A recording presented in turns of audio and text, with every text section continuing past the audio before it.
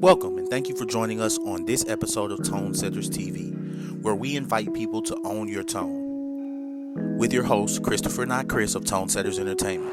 Peace. It's Christopher Not Chris here, ToneSetters Entertainment, here for another interview with one of our local business owners here in the San Antonio community. I'm here with Mr. Dionelle Rucker. First of all, Dionelle, I appreciate you joining us on the show. Absolutely. Hey, so we're going to talk a little bit about his business. He is actually a dual business owner. He has multiple businesses. So we're going to talk a little bit about that. Of course, you have Rucker Financial Group. Correct. Yeah. And then, of course, you also, you're now opening San Antonio Wealth, correct? Correct. All right. So we're just going to get right into it. Dionelle is a gentleman I've known since high school. He's got some experience with all types of financial services, accounting, and he has now gone and running his own business, branching out on his own, taking that step of faith and making it happen on his own accord. So let's start with Rucker Financial Group. What exactly is it that you do? Okay, so Rucker Financial Group, that's my accounting company. Primarily, the main services, taxes, bookkeeping, payroll, and consulting, tax planning, kind of a few sub little services there. But basically, help a bunch of businesses and all the way down to individuals help basically manage their life on the tax/accounting side. So just kind of like a full scale service accounting company there. Nice. And how long have you been running that particular business, Rucker Financial Group? So going on 2 years now, but these services I've been offering for about 8 years now. Just after a couple of years ago, of course, like you said, branched out on my own, did my own thing. But I've been in the game on the accounting side for about 8 years now. 8 years. So 8 years, professionally doing, accounting for individuals and businesses. 2 years professionally doing it on your own. Correct. What's one of the differences that you've noticed so far of doing it, doing your business from a corporation standpoint to now you running your own business? What's one of the differences you noticed? Of course, the biggest differences is all on me, and then specifically, obviously, my last name's Rucker, my name's on all of this. So I guess that bit of liability, of course, but I don't know, since I've been doing this, since I guess like kind of all my big boy jobs, it kind of primed me and grew me to this point. So it really wasn't much of a difference. Also, too, just being in the business to get paid to help other people run their businesses. So there was just a lot of experiences leading up to this. Like, even with my clients, like, I appreciate every single one of them that helped me get to this point, like not only by paying me for a service, but honestly learning from their experiences and seeing, from my perspective, what they've gone through, just helped apply it to myself. And so I got to this point. So nice. I mean, that's pretty dope that you were able to see, other businesses that you were supporting through working in your career field. Mm-hmm. Now you're seeing a lot of those things that they were dealing with on a personal aspect while you run your business. Right. So let's take a quick pivot. We talked about Rucker Financial Group. Now let's talk about this new entity that you started a little bit more recently, Mm-hmm. San Antonio Wealth. What is it that you do with San Antonio Wealth? So San Antonio Wealth, that is my investment company. Technical term, Registered Investment Advisory, or RIA. Of course, like setting up an investment company involves like a bit more of, regulations, compliance, stuff to even get it set up. So, of course, like as I embarked on my own, I had started both ventures at the same time, but just going through stuff with the state, former employers from my past trying to do everything in their power to prevent me from getting to this point. Of course, didn't stop me, but so on that side of the house, wealth management services, so financial planning, money management, and of course we're talking stock market stuff primarily now, and also some alternative investments, but that's going to grow. Eventually that's going to well, all of this is going to grow into a full-scale wealth management, family wealth office. So offering all services for families, businesses, and anyone that I could help. So. Nice. And so you talk about wealth management. I know you said stocks. Is there any insurance or anything involved in that? Yeah, for sure. As of now, I have a lot of referral sources. So at this point, I do refer that out, but even eventually adding something on that arm as well. But yeah, so on the investment side, just straight up stocks, bonds, all types of funds, even cryptocurrencies, and basically building portfolios that are in line with my clients' goals and what they want to achieve. And that's based off, quite a few factors in itself, but just to name a few, their time horizon, their investor sentiment, like how well they can sleep at night if the stock market is going like this, if it's volatile, and then just basically what they're trying to achieve, and basically in a certain timeline. So. That makes sense. And so, how long ago did you start San Antonio Wealth? San Antonio Wealth, it officially got approved August of 2023. Okay. Started that process August of 2022. So it's been around, so it's been around, but it officially finally came around once I got approved. And then even on my kind of like the same thing with the accounting side. So even though, yes, I guess. In a certain perspective, it is a new business. It's a baby business, but I've actually been a financial advisor longer than I've known how to do taxes and all that. So on the financial advising side, I've been a financial advisor for about 10 years now. So. Okay. Yeah. So a wealth of experience, with financial advising, financial planning, now coming into taxes. And doing really full scale handling money, managing money. Do you prefer working with individuals more, or do you prefer working with businesses more at this point? I'll say this, this is me just being completely transparent. Of course, if we are talking about what potentially could be a higher earning client, in general, a business owner, that typically is what I would go with. But where I'm at today, I just want to work with good people. Like, I don't even care. Like, honestly, of course, if it's in my wheelhouse, it has to be in my wheelhouse. I have to be able to help you.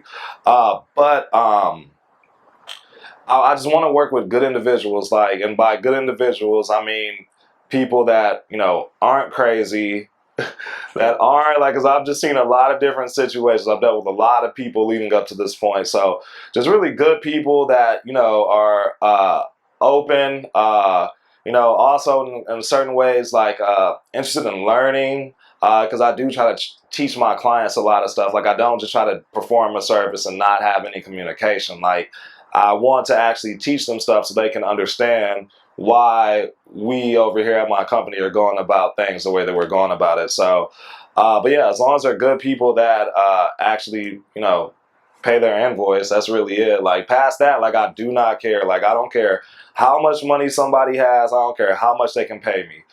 If they are just somebody that I can't deal with, can't handle, I am a fiduciary. I will tell you. You can go up the street. I'll introduce you to the guy. I know a lot of people in this industry. I'll set you up with someone else. I just want to work with good people that, we're both good fits. If it's not a good fit, it's not going to last. So I can appreciate that. In business, sometimes we don't recognize that, for lack of a better term, all money's not good money. It's not. It's not. And so we put ourselves in situations where we're dealing with people we may not necessarily align with. Exactly. Just because we're trying to earn that income, exactly, earn that business. And in reality, the more you deal with people that you're more aligned with, it just makes your work easier. It makes it more fluid. Exactly. To be able to handle what you're trying to do. And of course, when when people first start businesses, and granted, like before I started this venture, I already had a book of business that I built elsewhere. But when I was initially building my book of business, it's just like you just throw everything against the wall, like, and just kind of see what sticks. And I did that. Of course, it's like I just got to get people in the door. Threw everything against the wall, and then I just told myself, because I kind of, initially with some of the people, I kind of like felt like, oh, this ain't gonna be a good fit. But I'm gonna just like I'm gonna do my part and see how it goes. So like there's definitely like quite a few just people that weren't good fits with me at the beginning, and then I just basically went through and kind of weeded through as the years went on, and weeded through and kind of sent those people, not sent those people, but introduced those people to other people that can actually help them. So, and then now where I'm at today, like I said, it's just like I vet everyone, like make sure I have to read them, like even from a psychological standpoint, like talk to them, have a few conversations with them, kind of get check their temperature in a way. And then at that point, I'd be like, okay, I can deal with this person, or I can't. Like, I just have to keep it real with myself. So, Yeah, I mean, being realistic is definitely a good part of running your business, and being realistic with what you can and can't handle. exactly. And you talked about before, it has to be within your wheelhouse, Mm-hmm. and knowing what you can really accomplish for people. And in the service-based industry, Mm-hmm. that's very important. Knowing what you can and can't accomplish. There are, for myself, even like doing camera jobs and things like that. There are jobs that I'll refer out to other people. Right. Because hey, this guy is more suited for what you're looking for. Exactly. Not that I couldn't do it. I probably could do it. Exactly. But this guy may be a little bit more suited for what you need. Exactly. And, I think that earns the respect of the people that you work with and the clientele that you have. Sometimes it turns them into still wanting to work with you a little bit more because of the honesty. They appreciate you. Yeah. But it does give you a level of respect in the community that you're working in when you can say, hey, you know what, this isn't necessarily for me. Go talk to this guy that you guys will align a little bit better. So I can appreciate that. Just kind of rounding things out, man, 2 businesses in, really at the foundational point of both of them, honestly. Mm-hmm. Really just kind of growing and building right now. What's one thing that you would, just one piece of advice that you would give? I know you have a lot of experience in helping people kind of run their money side of their businesses for a while now. So what's one piece of advice that you could give that, everybody may just not already know to someone that's looking to start a business? Well, first off, like, this business, owning your own business, the small business world, and small business is what, anything under 30 something million in revenue. So it's definitely not for the lighthearted. It's not for the faint. It's not for the weak. Like, there's definitely days, like, even like, of course, like, not even just since I've started my own business, but like as I was, first getting started in this world in general, in this industry in general, just like the late nights, the early mornings, the ups, the downs, down, way down, just, the overnights that I've done, like I still do them, like the all-nighters, the, just doing what you got to do. Like, if you're not ready for that, if you're not, and even if you are ready, but if you aren't ready to like commit to that, like, just wait. You know what I mean? So, but at that point in time, if you're thinking about like this is what you want to do, and I'm not even trying to be negative, I'm just being really honest. Like, once you make that commitment, once you take that jump, like, you have to be committed, because otherwise it's not going to work. Like, it won't work unless you have to be willing to do what you normally wouldn't do, because this isn't a regular 9 to 5. Like, if somebody people will hit me up like outside of the normal business hours. And of course, like, yes, I have my own personal life, but there are times that like I'm, wherever I'm at, and of course, thank God for technology that we have today. I'll have to like remove myself from where I'm at and take care of my business, do what I got to do. Like, that's just what's involved in all of this. So I think like as long as you're ready to commit to that, like, you'll be fine. Like, but you just got to keep going. So I appreciate that honesty, because that's a side of entrepreneurship that we don't always talk about. Right. Especially in a culture where, post-COVID, we have a lot of people starting businesses. Right. We have a lot of people maybe not even starting a business per se, but taking that hobby and using it to make income. Right. So that's one of the sides that we don't always talk about, is that it's not always easy. Right.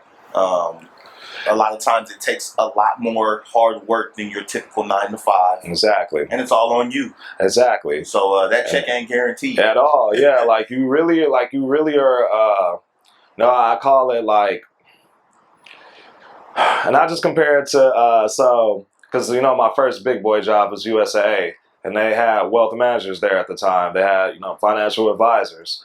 And then so I got that experience, and then when I hopped into, you know, a Merrill Lynch, where it was like different, so, you know, the wealth managers at USA, I refer to them kind of like, you know, I look at this as like killer whales. So I'm like, those are like Shamus at SeaWorld. Like the wealth managers, like on this side, when you have to actually go out and hustle and like gotta eat what you kill, like we out in the wild. So if you're not ready to go, like wake up every single day to go like hunt for your food, then nah, like just it's just not for you. Like it's just real talk. So nah, and that's 100% honest. And you know, and even talking about that, as we come to a close, a big part of knowing who you are and getting to that point of developing your skill set to be that hunter or to be the one that's willing to go make it for yourself is self-development. mm-hmm. And I know that self-development is very important in entrepreneurship and in life in general. Right. So I'm sure, you know, being a successful man like yourself, I'm sure that there are some things that you may read or you may, you know, study. What's something that you read that, you know, may not be something that everybody's read that, you know, may be an encouragement or may help somebody move to the next step? One of my favorite books of all time. It's an easy read, short read. A Peacock in the Land of Penguins. The author, like, it's slipping my name right now, but reading that book, I read that book about like 10 years ago. It's about like 40, 50 pages. It honestly looks like a kid's book, but yeah, just reading that book kind of just helped me like change my perspective. You know, just standing out in a sense, like not being just like over the top, but just like being yourself. Like you can be yourself regardless of what surrounds you, and it's probably going to work out for you. Like if you just be true to yourself, like all you can do is just be yourself regardless of what everyone else is doing, what everyone else has on their mind, on their agenda. Just, you know, being yourself. So all right, A Peacock in the Land of Penguins. That's something that I'm gonna have to put into my library because I'm interested in checking that out. And you know, that's even something. Hearing the premise of the book, that's even something I probably want my kids to take a look at. Exactly. That is very important. We all have a role here in this microcosm of a world. We all have roles to play, and sometimes we get caught up into what everyone else is doing when in reality, just be you. So I like that. I'm definitely going to check that out. Guys, I hope you learned something here. Dionelle, again, I appreciate you for joining me. Absolutely. Just giving us some little information about what you do and what you're going to be doing moving forward. I'm excited to hear about the next steps to your business, and I'm sure we'll talk to you again soon. If you guys want to reach Dionelle for any of the services that he's offering, I will definitely put his information at the bottom of the screen so you can contact him and get a consultation so that way he can help you individually or for your business to help your financial status. Again, thank you guys for joining us. I'm Christopher, not Chris. It's ToneSetters Entertainment. Peace.